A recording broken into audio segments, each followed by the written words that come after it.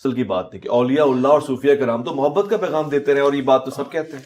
کاش اس زمانے میں یوٹیوب ہوتا اور ان کی چیزیں کھلتی تو پھر ہم آپ کو بتا سکتے ہیں. مجھے بتائیں یہ آج کل جو کسٹوڈین ہے تصوف کے مزارات کے اوپر بیٹھے ہوئے ہیں, ان کے بارے میں آپ کو کیا آئے دن خبریں نہیں ملتی ہیں؟ پیر اپنے مریدوں کو قتل کروا دیتے ہیں, گدی کی خاطر اپنے بھائیوں کو قتل کروا دیتے ہیں. یہ سارے معاملات اس وقت بھی ہوتے تھے, اس وقت میڈیا نہیں تھا. آج انہوں نے پتا کیا لیم ایکسکیوز رکھا ہے کہ نہیں پہلے والے ٹھیک تھے اب والے خراب ہو گئے ہیں. جی جن کو آپ ٹھیک کہہ رہے ہیں نا, اس زمانے میں بھی اگر یہ سب کچھ ہوتا تو آپ کہتے ہیں اس سے پہلے والے ٹھیک تھے اب والے خراب ہو گئے. تو ہمارے پاس تو یہ ساری چیزیں موجود ہیں. یہ سب لوگ خود نہیں تھے قتل کرواتے, حکمرانوں کے ذریعے. حکمران مزارات میں بیٹھتے تھے, حکمران ان کے بینیفیشری ہوتے تھے, یہ ان کے بینیفیشری. جس طرح آپ دیکھ لیں یہ جو فرینچ ریولوشن آئی ہے, اس وقت شہنشاہ تھا اور نیچے ان کے پادری ہوتے تھے, جو چندے وہ کلیکٹ کرتے تھے, کچھ شہنشاہ کو دیتے تھے, کچھ اپنے پاس رکھتے تھے. پھر ایک دن ریونج سامنے آیا اور آج آپ دیکھ رہے ہیں ویٹیکن سٹی بن گیا ہوا ہے. تو وہ دن دور نہیں ہے کہ یہاں پہ بھی ویٹیکن سٹی بنے گا. اور جو اتوار والے دن لوگ آتے ہیں انہیں ہم سموسہ اور دودھ پتی بس یہ سرو کرتے ہیں, کوئی انہیں ہم 4-4-5 ڈشیں تو کھلاتے نہیں ہیں. تو اس طرح کے جو معاملات ہیں وہ ہم آپس میں دوست احباب مل کے ان کو مینج کر لیتے ہیں. ہمیں کسی سے مانگنے کی ضرورت نہیں پڑتی. جو ہمارے اپنے اکیڈمی کے ممبرز ہیں تو وہ چیزیں میٹ ہو رہی ہیں.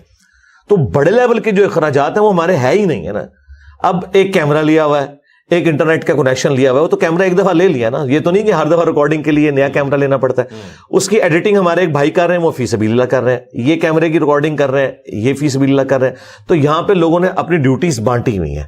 یہاں پہ جو سیکیورٹی کے اوپر بھی مامور لوگ ہیں ان لوگوں نے بھی اپنی ڈیوٹیز بانٹی ہوئی ہیں, وہ فی سبیل اللہ سارے کام کر رہے ہیں. لیکن وہاں پہ اب ہر مد میں جتنے لوگ انہوں نے بھرتی کیے ہیں نا ان کو وہ تنخواہیں دیتے ہیں.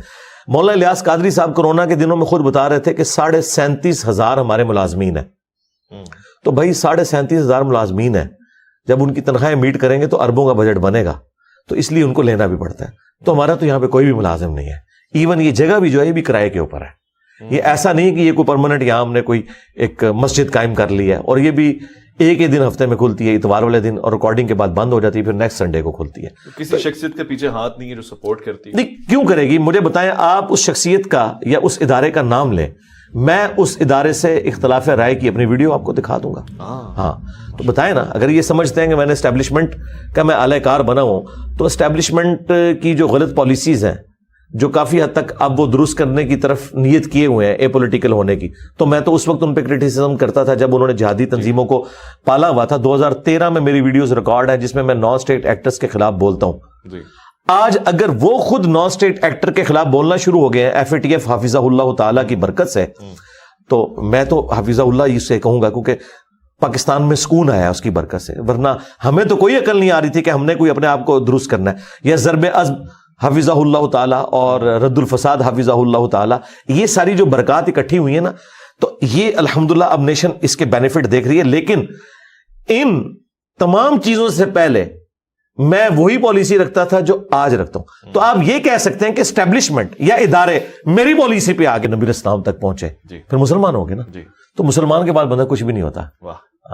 تو الحمدللہ میں حضرت سلمان فارسی کی سنت پہ عمل کرتے ہوئے سارے فرقے بدل کے اینڈ پہ مسلمان ہو گیا. ماشاءاللہ یہ جواب ہے. اگر سلمان فارسی اسلام کی حالت میں گئے تو انشاءاللہ ان کا غلام بھی اسلام کی حالت میں دنیا سے جائے گا. آپ خود کو صحابی کے درجے پہ نہیں, درجے پہ نہیں, میں انہیں فالوور ہوں ان کا. ظاہر مثالیں تو میں نے ان کی دینی ہے نا. اگر آج میں اپنے نام کے ساتھ مرزا لگاتا ہوں, لوگ کہتے ہیں کیوں لگاتے ہوں, میں کہتا ہوں یہ صحابہ کی سنت ہے. ابو ذر غفاری قبیلے کی نسبت ہے. ابو موسیٰ اشعری قبیلے کی نسبت ہے. ابو ہریرہ الدوسی یہ قبیلے کی نسبت ہے. تو صحابہ اکرام ہی ہمارے لیے رول ماڈل. تو پھر میں نے وہ رد جو پہلے کرتا تھا وہ دوبارہ سے ریپیٹ کیا, اور ساتھ میں نے چشتی رسول اللہ اور اشعری رسول اللہ کا زخم بھی چھیلا اور اسے کینسر بنا دیا. جناب بلوں میں گھس گئے آپ. اور اس کے باوجود اب بھی جو لوگ ہٹ درمی پہ اترے ہوئے نا, اب وہ کہہ رہے ہیں نہیں قادیانی تو نہیں ہے, قادیانی نواز ہے. یہ کہہ رہے ہیں, اور اس کے لیے وہ مختلف لیم ایکسکیوزز ڈیوائز کرتے ہیں.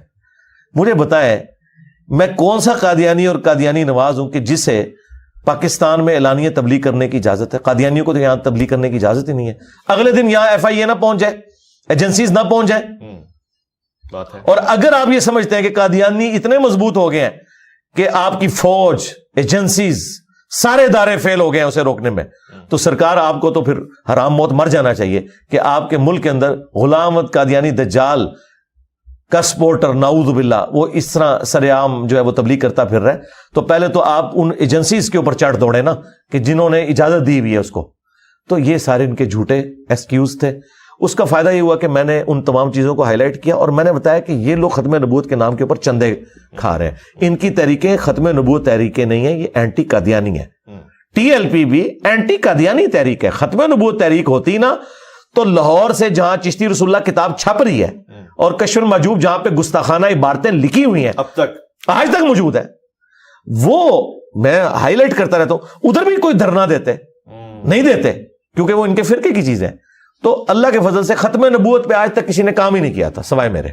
آج تک صرف اینٹی قادیانی کام ہوا تھا. ختم نبوت پہ پہلی دفعہ کام جو ہوا ہے نا وہ الحمدللہ ہمارے پلیٹ فارم سے ہوا ہے کہ ہم نے نہ غلام القادیانی دجال کو چھوڑا، نہ اشرف تھانوی رسول اللہ، چشتی رسول اللہ، شبلی رسول اللہ اور پتہ نہیں کتنے کتنے رسول اللہ ساتھ لگائے ہیں انہوں نے. ٹھیک ہے، ایک آپ کے پوڈ کاسٹ سے نیا رسول اللہ بھی سامنے آیا، صادق رسول اللہ، جس پہ آپ نے بھی بڑا پتہ نہیں وہ اظہار آپ کا تعجب کے ساتھ تھا یا داد دینے کے لیے تھا. اکثر تعجب کے ساتھ ہی. اچھا تعجب کے ساتھ. جیسے آپ کی بات سے میں بھی تو اس میں آپ کو استغفر اللہ پھر پڑھنا چاہیے تھا.